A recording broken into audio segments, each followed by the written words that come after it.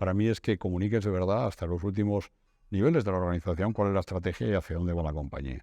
Si tú eres capaz de hacer a través de la visión ese objetivo común, ya tienes a la gente en el barco.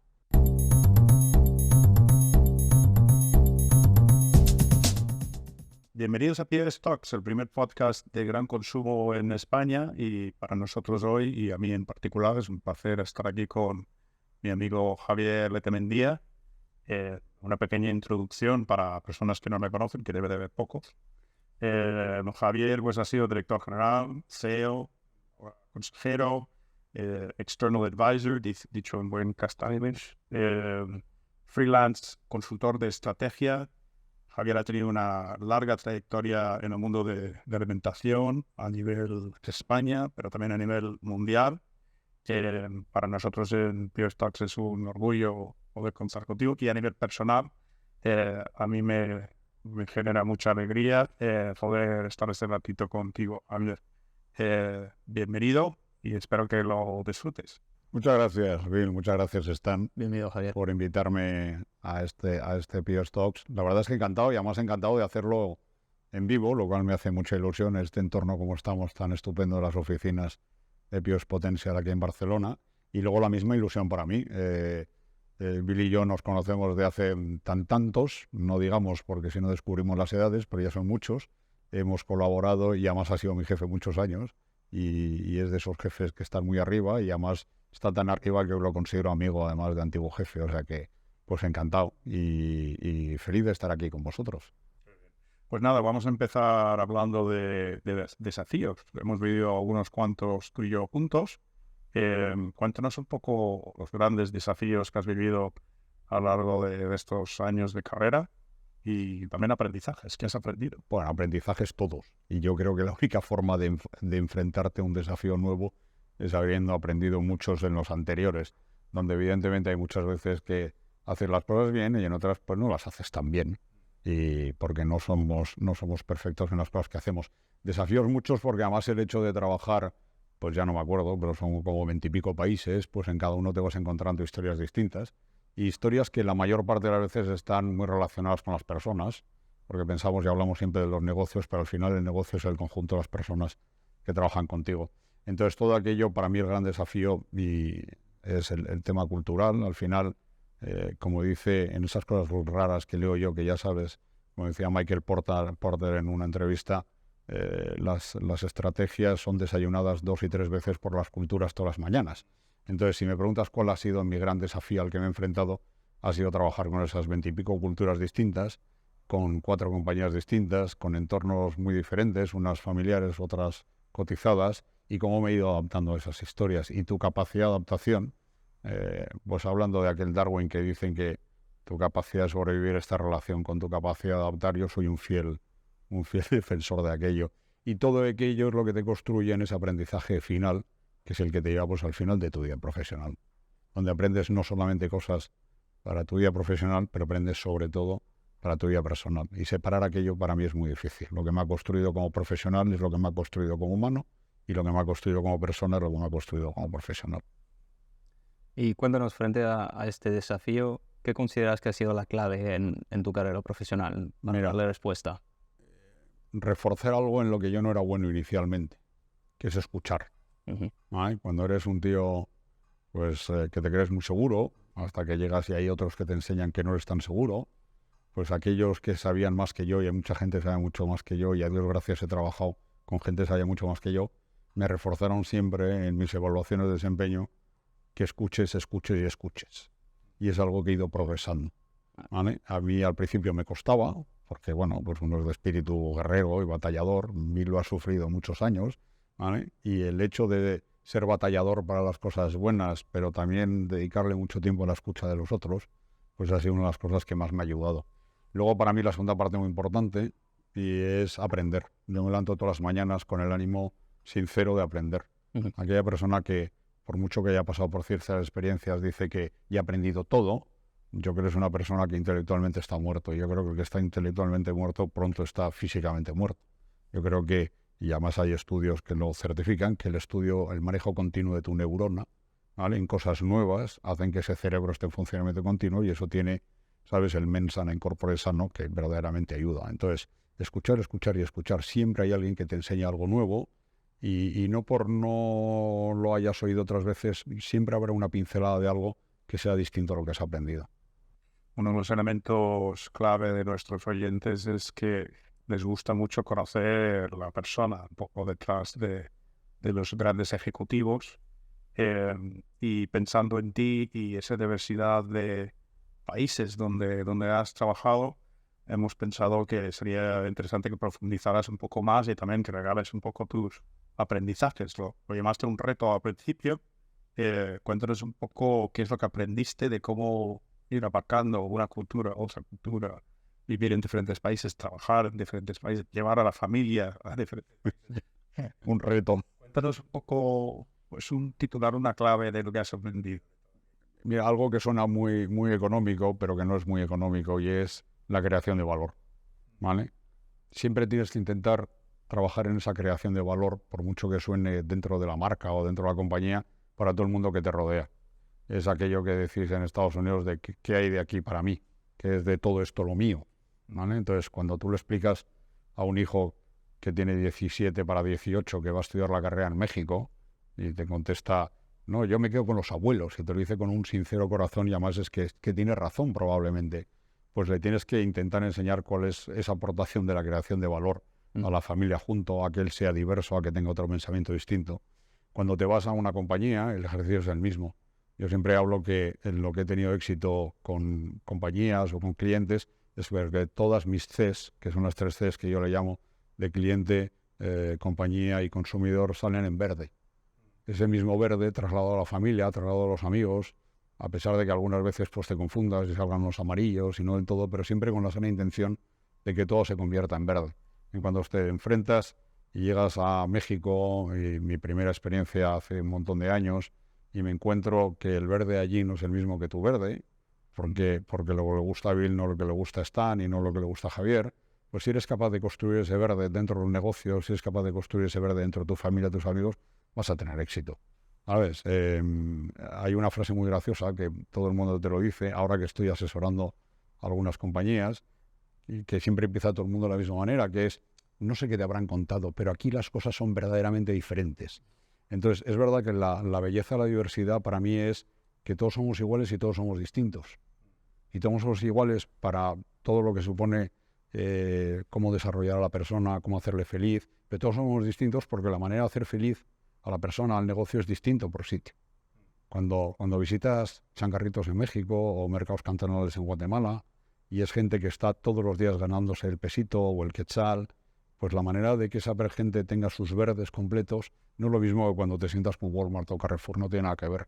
O con el consumidor de estrato 6 en Bogotá y en cambio el consumidor de estrato 2 en el mismo país, en Cartagena de Indias, que viven a base del cuchareo, no es lo mismo. Entonces lo único que tienes que encontrar es ese verde en esa creación de valor, para que suena muy económico, ya te digo, pero no es económico porque hay una parte emocional muy importante que permite que todo sea en positivo, o intentarlo por lo menos. Y dentro de estas experiencias ahí, tanto en España como en el extranjero, pues claro, muchos de los procesos tenían que ver con la transformación de los negocios. Cuéntanos un poco ahí, pues aprendizajes también de estas transformaciones, ¿no? Mira, mi primer aprendizaje, que luego lo he ido transmitiendo, es que hay que explicarle muy bien a la gente por qué se hace ese proceso. El proceso normalmente, por mucho que diga la gente, es traumático. Y es traumático porque al final lo que te hacen es que te sacan de tu zona de confort. Y tu zona de confort, donde llevas en muchos casos 20 años trabajando de la misma manera. Entonces, que te provoquen a salir de tu zona de confort, la persona de enfrente tiene que entender el por qué. Entonces, una antigua jefa mía me decía comunicar, comunicar y comunicar. Y es verdad. Y tienes que hacerlo. Y muchas veces, y las veces que haga falta, para explicarle a esa persona cuál va a ser esa contribución, esa transformación. Una vez que le has explicado, le tienes que explicar a dónde vamos a llegar. Y decirle claramente dónde hay que poner el foco para que no se pierda en miles de presentaciones de 180 páginas de PowerPoint, sino lo que espero de ti. Uh-huh. Y cuando le explicas a una persona el por qué se hace y lo que espero de ti, cuál va a ser su beneficio, la has subido en el carro. Segundo, ejecución. Y ahí hay un problema de desafío importante. El señor Bossidy, presidente de Honeywell, que tiene un libro maravilloso, escribió en el 2002, que habla de ejecución, la importancia de hacer las cosas, ¿vale? Que pues suena un mensaje así muy simplista, pero lees el libro y luego verdaderamente entiendes lo que quiere decir el hombre, pues te explica que al final pues, la ejecución es lo importante. Entonces, si un equipo entero de 50, 100, 80 o 150 personas ve que lo que dijiste es que ibas a hacer se está haciendo, la gente te sigue.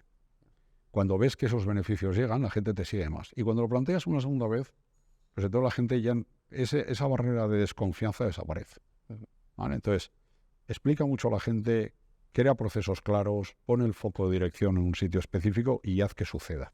Y con toda esa combinación, que es mucho más simple de lo que crees si verdaderamente la estructuras bien, pues al final las cosas salen. Perdón, has hablado de cultura, Sí. de ejecución, pero también citaste a Porter, el gran gurú de la estrategia, y has trabajado en tales de países, en Caribe, Centroamérica, México, por supuesto que España, en Europa, montones de sitios. Cuéntanos un poco una estrategia exitosa que llevaste a cabo en alguno de estos sitios que has vivido y trabajado, que te sientes orgulloso y que sientes que es una estrategia que hay que compartirlo. Cuéntanos. Mira, te voy a contar dos casos. ¿Vale? El primer caso en Colombia, donde el negocio no estaba funcionando bien, había 3 líneas muy específicas, canal moderno, canal tradicional y un negocio industrial de co-branding, y hubo que elegir. Hubo que elegir aquello que nos iba a permitir generar el EBITDA que nos pedía la compañía. Sabíamos que darle la vuelta a toda esa historia no iba a ser tan sencillo, por razones de cómo se encontraba el negocio en aquel sitio. Yo llegué a Colombia en el momento en que las cosas no estaban del todo bien en el país y la compañía estaba como un estado de bajo ánimo. Y había que hacer una elección, que para mí la estrategia es hacer lo que tienes que hacer y sobre todo no hacer lo que no tienes que hacer, que es muy complicado muchas veces. Hacer lo que tienes que hacer parece muy sencillo, no hacer lo que no tienes que hacer porque lo tienes en tu costumbre es más complejo. Y tomamos la decisión de poner todos los focos en aquello que a corto plazo, balance, volumen, valor, creación de valor externa, creación de valor interna y por tanto generación de EBITDA y flujo de caja, nos iba a venir a más velocidad. Entonces, esa elección muy concreta de arreglar 2 cosas los 2 primeros años, 3 primeros años y hasta el 4.º año poner el foco en la tercera cosa, creo que es fundamental. Creo que ese ejemplo de estrategia de voy a hacer el 1 y el 2 y el 3 y no hago el 4.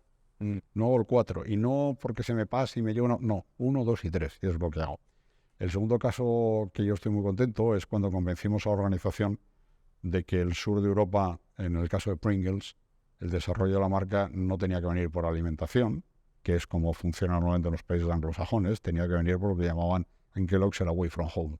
Entonces, convencer a la compañía, una compañía pura de retail, que conoces bien, en que teníamos ahora una marca que resulta que el fortalecimiento tenía que venir por away from home, lo cual es un concepto de impulso, lo cual es un concepto de Oreca, lo cual es un concepto de distribuidores, pues fue una estrategia que ejecutamos y que ejecutó el equipo, desarrollamos con todo el equipo, ejecutó el equipo brillantemente bien en España, en Italia y en Grecia, con resultados espectaculares, y la verdad es que hoy ya es casi, por lo que sé y por lo que oigo, pues como la mitad del negocio de Pringles en sitios como España. Entonces, uno, viene el foco en 2 o 3 cosas, caso Colombia.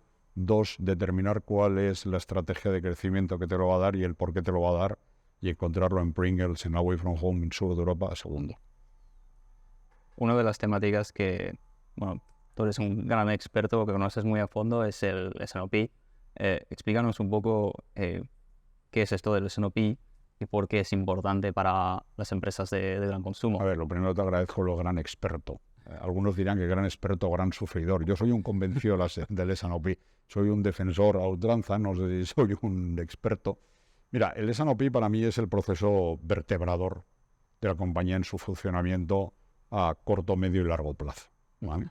Es decir, el S&OP es aquel elemento que te permite que todos los elementos que trabajan dentro de una cadena, en un modelo completamente sistémico, que es el que yo no creo nada en los hilos, ¿vale? Permiten trabajar todos detrás de aquello que utilizando la palabra del creador del S&OP es el one single number, y es que haya un número por el que toda la compañía pelea. ¿Cuál es mi contribución a ese número y de qué forma lo voy a hacer?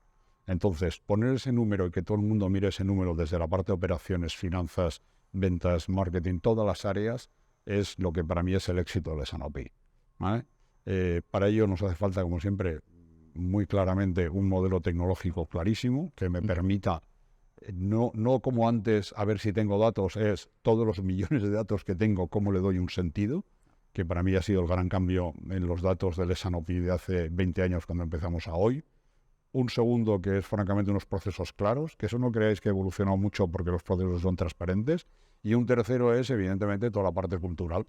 Y esa parte cultural que, junto al manejo de los datos, para mí son las dos más complejas, y la interpretación del dato, pues es en la que hay que trabajar más. Son esas dos variables más importantes en la que la persona en el tema de los datos sepa interpretar bien y obtener los insights que tiene que obtener de los datos que llegan, dada el volumen de datos que tenemos. Y en la parte cultural es ese modelo en el que yo tenga que bajar mis barreras. Porque las barreras son mi protección, ¿vale? Y hay un tema ahí de job security importante y hay un tema de que no quiero enseñar el 100% de la foto que tengo, sea buena o mala, a mis compañeros. Si consigues que alguien genere los insights que debes con los datos que tenemos, y si consigues que la gente, el ingeniero, el economista, el marketero, el vendedor, baje esa barrera, conseguirás un S&OP pues que funciona y que gobierna todo a medio y largo plazo a la compañía. Me recuerdo trabajando contigo, Javier, que trabajamos con un coach de equipo, Sí, ¿sabes de quién hablo? sí, Y nos enseñó que los equipos de alto rendimiento tienen un objetivo común y confianza. Entonces, uno de los beneficios, claro, que acabas de mencionar del S&OP es esto de un objetivo común, ¿no? totalmente. Luchando por la misma cifra, la confianza luego ya se logrará en el día a día, ¿no? Pero cuéntanos un poco más de los otros beneficios que tiene implantar un proceso de S&OP. Para mí son claros y son, independientemente de los dos que acabas de mencionar, que probablemente son de los dos más importantes. Yo creo mucho en toda esa parte más humana del liderazgo que no solamente la económica. Entonces, pero desde el punto de vista meramente métrica, pura y dura, tiene beneficios desde el área de demanda hasta el área de ventas, ¿vale? Claramente los del área de ventas, toda la parte de forecast accuracy, les permiten comprar los stocks que tienen que comprar y de lo que tienen que comprar, calculando sus plazos con los compradores y los vendedores de sus proveedores. Pueden llegar a integrarlos dentro. Eso te permite un manejo de caja pues de una manera mucho más, pues como te diría, profesional de lo que no, como decíamos antes. Para mí la optimización de turnos, la optimización de materia prima, la optimización de paquetería, la optimización del consumo de energía, todo eso llega de todos los procesos de un forecast accuracy correcto.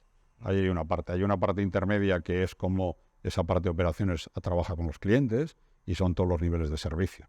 En ese modelo que te enseña Walmart de on time in full, ¿vale? Cuanto más te acerques al modelo de servicio o al on time in full al que has acordado con tus clientes, pues va a tener unos beneficios claros para ti. Desde el área de ventas, evidentemente, tener la disponibilidad de producto que tiene que tener, con la frescura de producto que tiene que tener, ¿vale? Tiene que dar unas ventajas enormes. Y desde el punto de vista de inversión, pues está claro que lo que yo sea capaz de optimizar en mis promociones, lo que yo sea capaz de optimizar en mis inversiones de televisión, en esa comunicación constante entre ventas y marketing, el apoyo en televisión o el apoyo en radio o apoyo en las redes, sujeto con campañas promocionales específicas, hará que todo ese ciclo funcione de una manera que va a tener un impacto clarísimo en el EBITDA, clarísimo y transparente, y va a tener un impacto por debajo en el flujo de caja de la compañía. Entonces, algo que suena extremadamente ambicioso, si todo el mundo pone un poquito de su buena voluntad, tenemos, como digo, la base tecnológica que hay que tener y somos capaces de aplicar bien el proceso, es inmediato, es inmediato. No te digo que la promesa es que llega el mes que viene todo el EBITDA que queremos, pero ves inmediatamente el beneficio. Y si no sucede es porque hay alguien que dentro no tiene la confianza que te referías con ese coach tan fantástico que tuvimos en aquel momento. Y entonces es otro problema en que hay que trabajar. Hemos hablado de desafíos en tu carrera, pero concretamente para las empresas que quieren implementar este proceso de S&OP, ¿qué desafíos tú has notado en los procesos que has vivido? Así, uno o dos mayores desafíos. Mira, el primer normalmente no tiene nada que ver con el proceso, porque como te digo es extremadamente simple. Antes sí había un tema de datos, porque no había datos, o eran muy pocos los que había, y ahora estamos en el volumen contrario, tenemos tal cantidad de datos que a ver cómo los aprendemos. Para mí un primer desafío importante ha sido que la gente interprete bien los datos que recibe. el insight, que es esa palabra que nunca sabemos muy bien cómo traducirla al castellano, el insight, de verdad esos datos no es fácil de obtenerlo y tienes que tener una cierta capacitación. Entonces esa formación en toda esa parte de cómo interpretar esos datos y cómo llevarlos a un número concreto para mí es muy importante, ¿vale? Y la segunda evidentemente viene con el reto cultural. Es decir, si hay un director que no le da la gana de enseñar lo que va a vender o enseñar lo que puede producir o enseñar el que haya materia prima o no haya materia prima o enseñar la transformación financiera de todo eso, pues no funciona. No funciona. Entonces, eso lo detectas enseguida, el tema de los insights también lo detectas enseguida, y normalmente son esa concatenación de los dos lo que te genera el mayor desafío. Antes estuvimos hablando de diversidad cultural, de nacionalidades, trabajar en diferentes países. Tú y yo también, trabajando juntos, hemos vivido experiencias de mucha diversidad de visiones, ¿no? Sí. Todos tienen su visión particular y la clave de este proceso, yo entiendo, es que tener una sola visión, ¿no? Dentro de esas diferentes funciones. Cuéntanos el secreto. Dentro de lo que es hacer que funcione el S&OP, ¿cómo haces que todos los departamentos, las áreas funcionales tengan una sola visión? A ver, yo creo mucho, muy porteriano en el sentido de que antes de arrancar cualquier ejecución tienes que construir bien tu modelo estratégico. ¿Cuál es tu casita? Hay gente que utiliza la casita, a mí ese es un modelo que estructuralmente me construye muy bien, hay otra gente que lo pinta en trenes o en cohetes. Vale, me da igual el modelo. Lo que sí tiene que estar claro es la visión sobre la que tiene que trabajar todo el mundo y la que tiene que apoyar todo el mundo. Estaba con una compañía el otro día donde la estrategia se queda en el primer nivel directivo. Ya no va a funcionar. Es decir, para mí claramente una estrategia la puede construir el nivel directivo, no hay ningún problema, la tienen que trabajar y la tienen que entender entre todos. Si hay alguien en ese nivel directivo que no entiende su estrategia, no pasa nada, vuelve a trabajar con él, ¿vale? Y después, refiriéndome a mi primera respuesta hace un rato, comunicar. Yo creo que la estrategia, tienes que quitarte el miedo aquel de, es que si esto se lo llevan a la competencia, si hoy las estrategias ya se las sabe todo el mundo, no sé cómo decirte. Menos que sepan del modelo de ejecución y no importa tanto que sepan la estrategia, para mí es que comuniques de verdad hasta los últimos niveles de la organización cuál es la estrategia y hacia dónde va la compañía. Si tú eres capaz de hacer a través de la visión ese objetivo común, ya tienes a la gente en el barco. Mucho más complicado si dices vamos por aquí, ¿por qué vamos por aquí? Es decir, yo me estoy imaginando, ya sabes que soy un poco aventurero y las historias por haber leído un poquito, en esos barcos cuando cruzaban en 1492. Entiendo que había alguien que decía vamos por aquí, porque si no es que aquello podía ser un desmadre. Pues déjame que sea un poco aventurero y pienso un poco de la misma manera. Es decir, aquellos navegantes que hacían esas cosas le explicaban hasta el último marinero hacia dónde iban. Y bueno, pues había alguno que se tiraba por la borda y habrá gente que se tira por la borda y vuelve nadando a San Fernando, ¿sabes? Porque pues, no le interesaba, pero la mayor parte, me han dicho dónde voy y me han dicho cómo voy a contribuir dónde voy. Vale, pues tenemos el mismo objetivo, vamos a empujar y a remar todos desde el mismo lado. Cuando ves los barcos con 3 niveles de remos, los trirremes latinos o los helénicos, y yo no me imagino aquellos 80 remeros remando cada uno para cada lado. Esa es para mí la idea. Explica cuál va a ser la visión común, haz que la gente contribuya a la construcción de la visión común y después explícasela a todo el resto de la organización. Ahí está el truco. Y para el S&OP, lo mismo. En este punto entra un poco la pregunta de la medición. Obviamente, decir, vale, he comunicado bien mi objetivo, tengo todo el mundo informado, se comparte esa estrategia. ¿Cuáles son esos KPIs muy claves que tú recuerdas en el proceso de S&OP que implementarías? Mira, me he referido un poquito antes a ellos, pero lo que tienes que construir son aquellos KPIs que cada departamento contribuye al KPI general, ¿vale? Y el KPI general, normalmente la mejora del S&OP está relacionado con la venta, con la mejora de mi venta por kilo o por litro o por la unidad que cada uno, es decir, el P por Q clásico, ¿vale? Y cómo eso baja hasta el EBITDA. Y eso tiene que ser el general, ¿vale? Y eso tiene que estar toda la compañía detrás de eso porque para eso estamos, fenomenal. A partir de ahí, cada departamento tiene que entender cómo contribuye, ¿vale? Entonces, si me voy al área de operaciones, es cómo tengo las fábricas, es decir, cuál es el nivel de adherencia de las fábricas, ¿vale? Cuáles son mis niveles de stocks, cómo estoy construyendo los stocks con mis proveedores, tanto en materias primas como en nivel de empaque, y hay un nivel de medición importante. ¿Cuál es mi capacidad de satisfacer la demanda? Es decir, estoy entregando en los niveles de servicio, no al cliente, sino solamente a las estimaciones primarias, lo que estoy entregando, y ahí tienes 3 KPIs. Como consecuencia, habrá unos financieros que ahora os comentaré. Cuando me voy al área de ventas, mi capacidad de ejecutar las promociones, mi capacidad de listar nuevos productos, es decir, cuál es mi KPI de introducción de innovaciones, cómo estoy ganando distribución, especialmente importante cuando hablamos de Oreca, estoy ganando numérica, ¿vale? Ahí tienen los KPIs. Cuando hablamos de marketing, evidentemente la cuota de mercado y la rotación por punto ponderada y la optimización y el ROI de la inversión, ahí tienes los KPIs. Y por debajo, todo eso te lo forman en 3 o 4 KPIs que van directamente al área financiera. Algunos hemos mencionado arriba, como la venta por kilo, o el EBITDA, o el porcentaje EBITDA, que es tan importante como la masa, es decir, en muchos casos tenemos que mantener ese porcentaje EBITDA, y hay otros mucho más relacionados con la caja que tienen que ser consecuencia arriba. Entonces, ¿cómo está mi nivel de pago a proveedores? ¿Cómo está mi nivel de pago de recepción de facturas de mis clientes? ¿Vale? Y cómo funciona la caja por medio. Entonces, muy importante que haya 2 o 3 KPIs que sean generales, y luego cuáles son los KPIs en el S&OP que yo como área contribuyo a ese general. Si alguno de estos KPIs que hace un área no contribuye o está construido o contrapone el KPI general del S&OP, no va a funcionar. Porque uno tirará en arre y otro tirará en so. Y decirle a un caballo arre o so, pues es complicado, ¿vale? Entonces siempre construye aquí abajo unos KPIs que construyan al de arriba, partamos de arriba, vayamos hacia abajo. He escuchado hablar de la implantación de un proceso de S&OP que funcione. Siempre hablas de, bueno, pues la parte de personas, siempre es importante todo, sobre todo el principio de ti, muy importante en tu estilo, luego ves la tecnología y el proceso. Entonces, hemos hablado bastante de personas, quería un poco saber el papel de la tecnología de implantar procesos. Bien, para mí es una de las grandes transformaciones de cuando hicimos el primer proceso de S&OP tú y yo juntos hace 20 años o 18, ya no me acuerdo. Antes era la captación del dato. Es decir, no todo el mundo compartía contigo, había muy pocas fuentes, entonces estábamos todo el santo día viendo a ver qué dato teníamos. Hoy para mí el reto, y lo repito, y ha habido una evolución enorme, y sobre todo en los últimos 3 años, ha sido la cantidad de datos que tengo.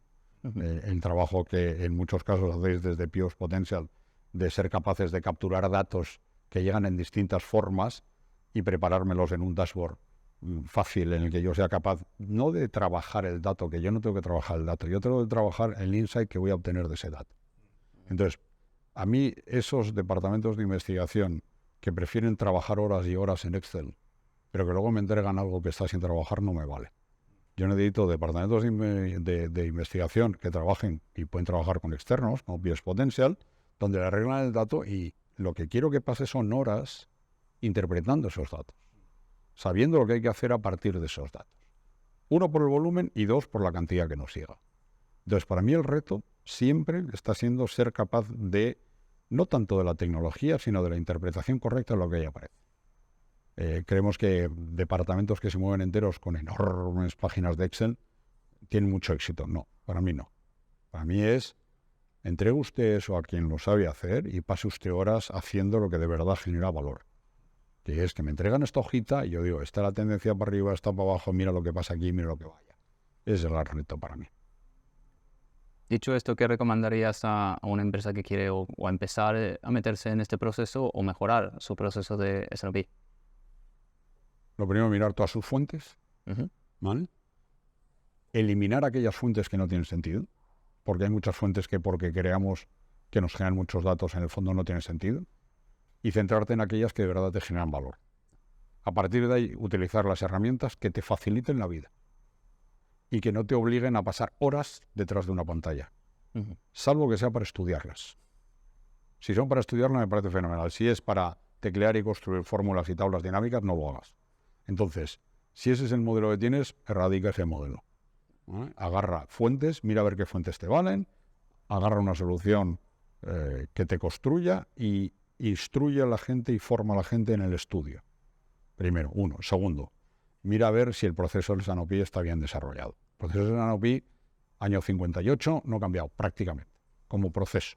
Entonces, mira a ver si de verdad está ahí. No te inventes lo que ya está inventado y que ha funcionado. Invéntate en otras cosas en las que a lo mejor no te están funcionando a ti. Segundo asunto. Y tercer asunto, mira a ver la disposición del equipo. Y en todo ese rol, el que juega el papel más importante, el director general. El dueño de este proceso es el director general.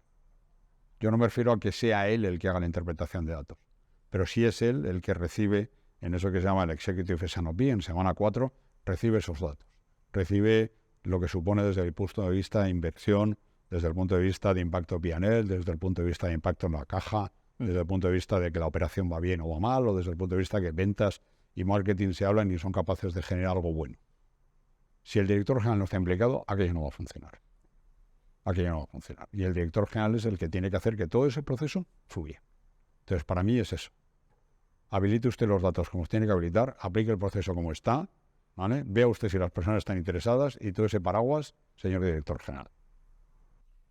Vamos a cambiar un poco de tema. Creo que cada vez más me encuentro con personas que han tenido una carrera de éxito como la tuya y quieren complementar su papel ejecutivo como consejero. Entonces yo creo que va a resultar muy interesante que cuentes un poco tu experiencia ya de empezar a tener un trabajo de consejero en Cacento, Oesia, Laboratorios Salomon. Cuéntanos un poco qué habilidades te han ayudado, habilidades que has desarrollado o has tenido en tu carrera como ejecutivo y cómo te están ayudando en ese papel de consejero ahora. A ver, a mí lo de consejero, como no soy miembro de un consejo, me suena muy grande y además por lo de consejero me suena una palabra que da consejos, que además es la definición etimológica y a mí eso me suena muy importante, ¿sabes? Y a mí, déjame que lo deje en asesor o asesoría, ¿vale? Lo dejo ahí que me parece más adecuado a lo que estoy haciendo hoy. Mira, las mismas ganas de aprender todos los días con las mismas ganas de aplicar la experiencia que has tenido. En estos nuevos retos que tengo y estas nuevas historias en las que estoy ahora metido, ¿qué puedo aplicar de lo que aprendí todos estos años en un aprendizaje mío continuo de culturas y de entornos y de negocios completamente distintos? Entonces, si tú te levantas toda la mañana con esa cara que ponen los búhos de los ojos muy grandes, voy a aprender mucho, y a eso que vas a aprender aplicas lo que tú mismo has aprendido en otros países, al final esa combinación yo creo que es la que te hace tener éxito. Yo creo que hay cosas que yo me levanto cada mañana y voy a trabajar con estas compañías y me enseñan todos los días cosas nuevas. Y yo intento apoyarles en lo que he aprendido. Yo siempre les digo, oye, ¿cuánto sabes? Digo, no, es que tengo 15 años más que tú, nada más. ¿Sabes? Siempre son más experiencias. Entonces, cuando tienes ciertas edades, has pasado ciertas experiencias, que intentas explicarle a las compañías que, bueno, pues que por ahí a lo mejor pues las cosas no van a salir. Y solamente desde ese punto de vista, tampoco tienes que imponer lo que tú vayas a hacer, porque entonces ya no eres un asesor, eres un director general y los directores generales tampoco imponen. Entonces, ayudan, ¿vale? Entonces, yo encuentro que esa balance entre voy a ayudar en lo que pueda, con todo lo que he aprendido, pero voy a seguir aprendiendo para que mi ayuda cada día sea más grande, pues creo que es el éxito de esa posición. A ver. Si hay una lección que te llevas de tu carrera corporativa en este nuevo rol de asesor, ¿cuál sería? En este rol de asesor y de no asesor, en estos roles en general. Mira, hay un dicho, no sé si es dicho americano, que dice orgulloso pero humilde, ¿vale? Y yo creo que eso es lo que me llevo de mi vida profesional. Yo creo que hay que estar extremadamente orgulloso de lo que haces todos los días y ese orgullo te tiene que llevar a recomendar las cosas buenas, pero siempre con la humildad de que tienes gente enfrente, siempre con la humildad de que tienes gente enfrente que te enseña todos los días. Entonces ese balance de orgulloso pero humilde es el que yo creo que me ha ayudado en mi carrera profesional y yo creo que ahora es el que me está ayudando enormemente en estos temas de asesoría. No es la persona que viene con unos aires de grandeza tremendo. Si yo en esos modelos de asesoría me tengo que remangar y ponerme a hacer un Excel porque es lo que creo que hay que hacer, lo hago. Si tengo que ayudar a comprar una compañía, también lo hago. Es decir, que la persona que está enfrente no piense que viene el señor que viene elevado tres dedos del suelo y que luego se va y se olvida, sino que es la persona que de la misma manera que le pides un pensamiento estratégico, si pide un pensamiento también táctico y hay que hacer y remangarse y meter las manos en el barro, lo va a hacer. Para mí es el éxito y lo que he aprendido luego. Orgulloso y humilde tiene que estar en el mismo baremo y en la misma altura siempre. en tu papel de asesor estás viendo muchos sectores variados. Cuéntanos un poco por dónde va el sector de alimentación en este momento. ¿Qué tendencias estás viendo? Oye, eso es una súper pregunta que no sé si tengo ni idea contestarte, ¿vale? Fíjate, me cuesta porque es extremadamente variable. Es decir, la gente se le llena la boca con los temas de sostenibilidad y luego parece que pasa un poco la moda y ahora ya no es sostenibilidad. La gente se le llena la boca con el tema de digitalización y de repente cuando les dices, bueno, pues digitalizar es cambiar todo esto y el primero que tienes que cambiar eres tú. Y entonces dices, uy, pues ya no sé si quiero digitalizar tanto.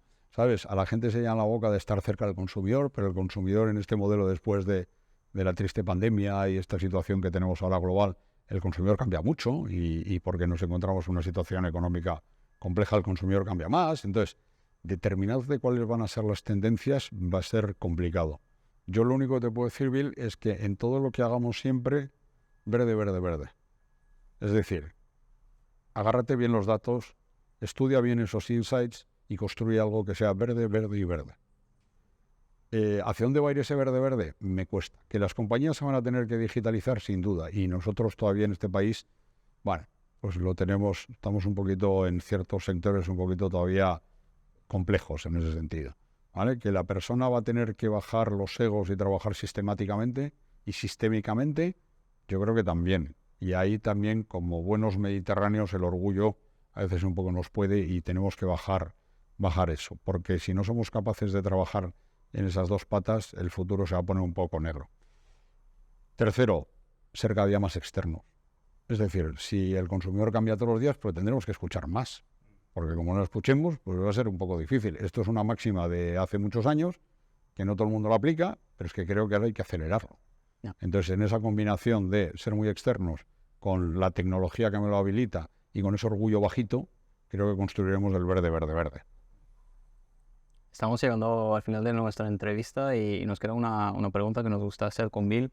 Es, ¿qué consejo le darías a un joven profesional que quiere meterse en el mundo de la alimentación, del gran consumo? A ver, ¿cuál sería ese consejo? Consejo es una palabra muy grande, como te he dicho antes. A ver, te tiene que gustar un mundo hipercambiante, porque es verdad que el mundo como concepto global cambia continuamente.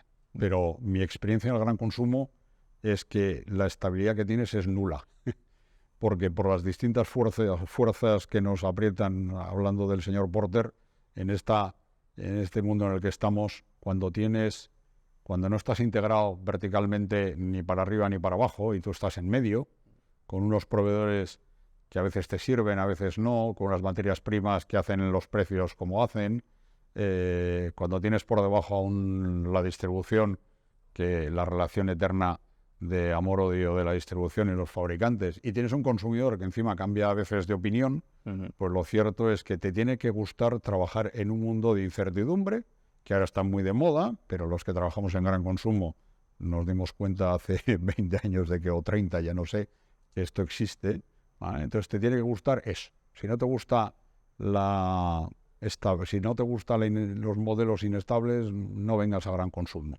Pero para mí eso es lo que me parece apasionante, porque te obliga a un refuerzo tú como persona en términos de aprendizaje continuo. Segundo, aprendizaje.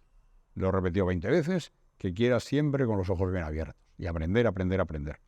Para mí el tercero es la adaptación cultural, que no es estrictamente de gran consumo, pero es muy importante dentro de las compañías, sin perder de ser tú, tu esencia. No lo pierdas nunca, porque tu esencia es tu esencia. Pero siempre intenta absorber de los demás esa parte cultural, porque además el aprendizaje cultural te va a ayudar con tu dominio del consumidor. Cuanto más sepas de la gente que te rodea y más te impregnes de la gente que te rodea, más fácil va a ser llegar a ese mismo consumidor con el que está trabajando. Cuando no se habla de diversidad, a mí lo de la diversidad era una palabra que yo no sabía que se llamaba diversidad, pero me encantaba. Y me ha encantado ver países y gente y no sabía ni siquiera que se llamaba el concepto de diversidad, pero es que me parece que ahí está la alegría de las cosas.